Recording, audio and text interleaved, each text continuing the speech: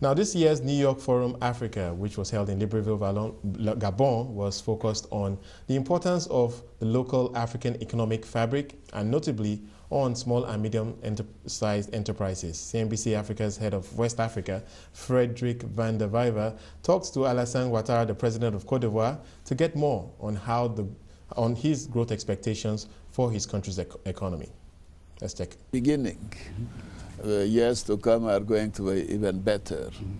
You know, we have worked to put into place a good macroeconomic framework in terms of tackling the deficits, making sure that we do work on the structural measures, both in terms of the restructuring of the administration, the judicial system, of course, building the infrastructure, and also making sure that we create a good environment for investors. And I think all these things together clearly have given good results, and I'm confident that for the future, things will be even better than 2012. But in terms of growth expectation, would you expect to go up to 13, 15%? Well, at least we're waiting and we're expecting a double-digit growth from now on, which means 10, 11%. I think that should be good enough. You know, the population growth is about 2.5 to 3%. If we can achieve over 4, 5, 6%, a double-digit growth, that will mean doubling the per capita income in the next few years. So that's why we do have an objective of getting Côte d'Ivoire among the emerging countries by the end of this decade, by 2020. In terms of infrastructure, there's major needs to upgrade and build new infrastructure. I mean, are you going to finance this and execute this plan? Yes. Well, we believe very much in public-private financing, and in that respect, we do have a lot of public financing, which have come from our commitments from the World Bank, the African Development Bank, Arab donors, also the other countries in Europe and the United States. But we believe much more in private sector financing, especially on things concerning railroad construction, toll roads, toll highways, hydroelectric plants. Infrastructure is necessary for the delivering minerals. As you are aware, Côte d'Ivoire has a very good potential with gold, with manganese, and obviously cocoa is our main export product now. Yeah, regarding cocoa, I mean, you initiated a reform agenda for the sector. You started that in 2012. In terms of production, what are the measures you put in place to increase cocoa production? Well, first, we have made sure in the restructuring of the cocoa sector to give a priority to the producers. This was important. Before 2010, producers received less than 50% of the world market price. Now they receive at least 60% of the world market price. Because of that, they themselves have organized cooperatives to be able to get better quality cocoa, which is paid even more. And then we have also provided more leeway to the private sector involved in buying and exporting cocoa. The government has accepted to reduce its own share of the export price. So these are important reforms. Secondly, we have provided for fertilizers. We have made sure that all the structures in charge of helping the producers to get better productivity have been also enhanced. So globally, I think we produce 40% of world cocoa now, 1.5 million tons. We should be able to do even more in the future because the world demand is growing very fast.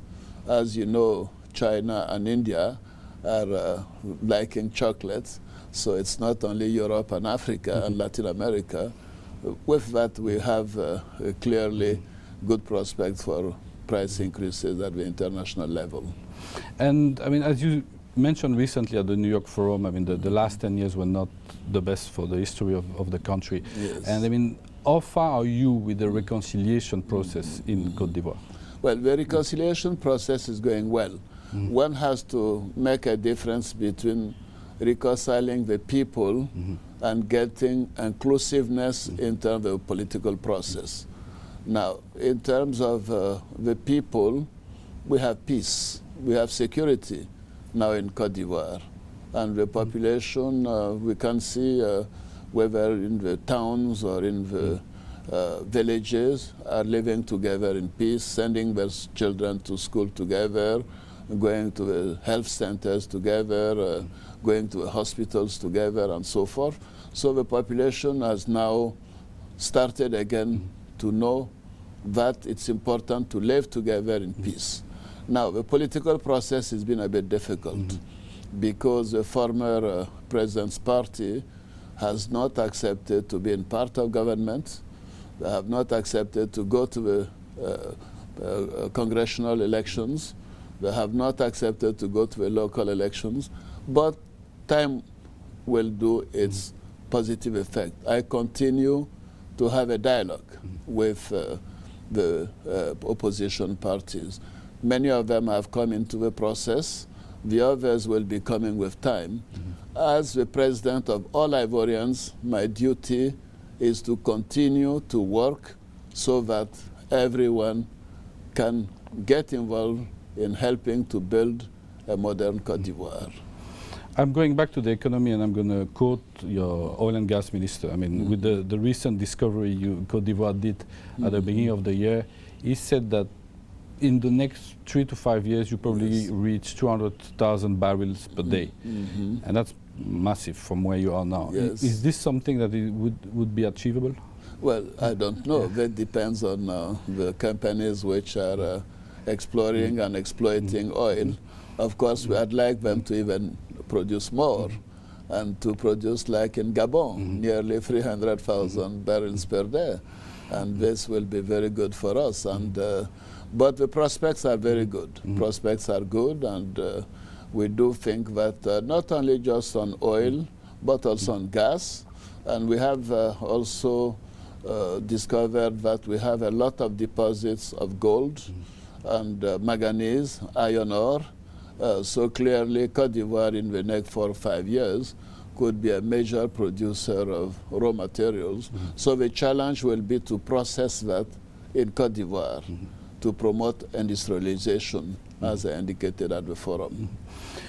African integration and West African integration is essential for good business. Yes. How do you position Côte d'Ivoire now with economies like Ghana, Nigeria growing in your region?